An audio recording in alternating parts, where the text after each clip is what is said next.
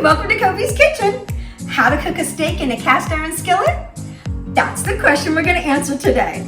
All right, first we're gonna start off with our filet mignon. It's really important, you guys, to bring your steak to room temperature. You're talking 20 to 30 minutes, because if you drop a cold steak into our hot pan, it's gonna decrease the heat of the pan, so you're not gonna get that gorgeous sear we're going for. Real important. All right, now we're gonna move on to seasoning. First thing we're gonna do is pat our steak dry with paper towels, just all around. Just turn it over and just pat it dry. All right, that's real important because we want to take off all the extra moisture. Now we're gonna season it with salt and pepper. So go ahead and just drop your salt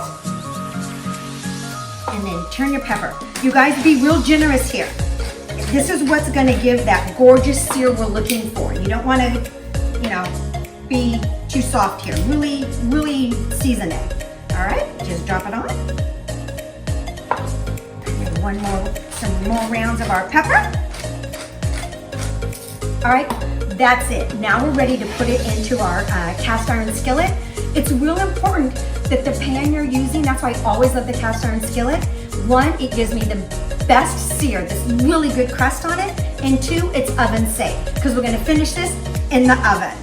Okay, I have my cast iron skillet on over medium-high heat. I've had this going about 5 minutes now. You can really feel the heat. When you feel the heat and you start to see it smoke, that's when we want to drop our neutral oil.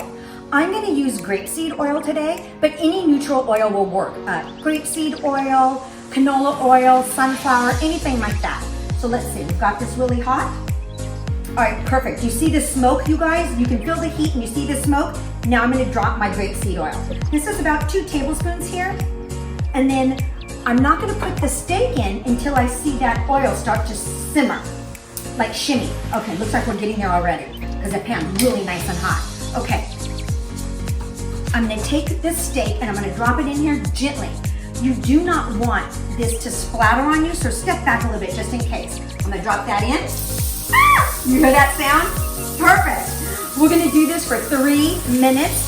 Resist messing with it, you guys. Don't touch it, just leave it alone. And we're gonna let it sit here for 3 minutes and do its thing, and then we'll see the gorgeous char on the other side. All right, that's been 3 minutes, let's turn it. This gets me excited every time, you guys. Look at that gorgeous char, that sear in the crust, that's what we're looking for. Oh my gosh. Okay, now we're gonna drop in our aromatics. So this is our garlic, our fresh rosemary and thyme. Woo! And then we're gonna dump in our butter.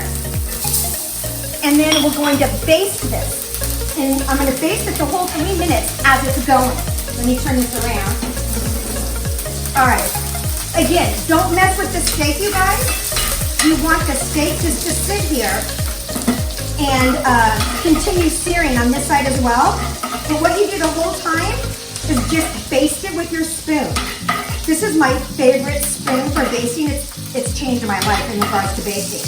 I'll put a link to it in the description in the video below. Okay, as I continue basting this, one thing I want to share with you guys is that this recipe is actually requested by one of you from my Instagram. It is so much fun to get interaction with you guys on my Instagram. If you don't follow me, please do at Kobe's Kitchen in Instagram.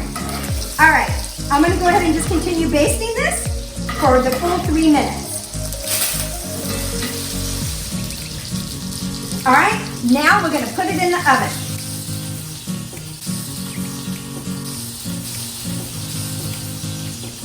And now I've dropped it in the oven and it's gonna go there for about 8 minutes, 7 to 8 minutes, all right? See you in a bit. All right, we just pulled this steak out of the oven and I've already let it sit and rest for 10 minutes once I pulled it out. This stuff, you guys, don't rush it. It's really important because if you're cutting it too soon, all those yummy juices are gonna roll out onto your cutting board and we want them inside the steak. So don't rush this step, really important. All right, now we're gonna slice into it. Here we go. Oh, Beautiful, you guys. Look at this color. All right, that's what we're looking for. It's absolutely gorgeous. It's perfect every single time, you guys. I love cooking my steaks this way because I know they always turned out super tender and juicy. So thank you so much for joining me in Kobe's kitchen. And oh, this pairs perfect with my simple arugula salad. Look for it, okay? Thanks so much. Bye, you guys.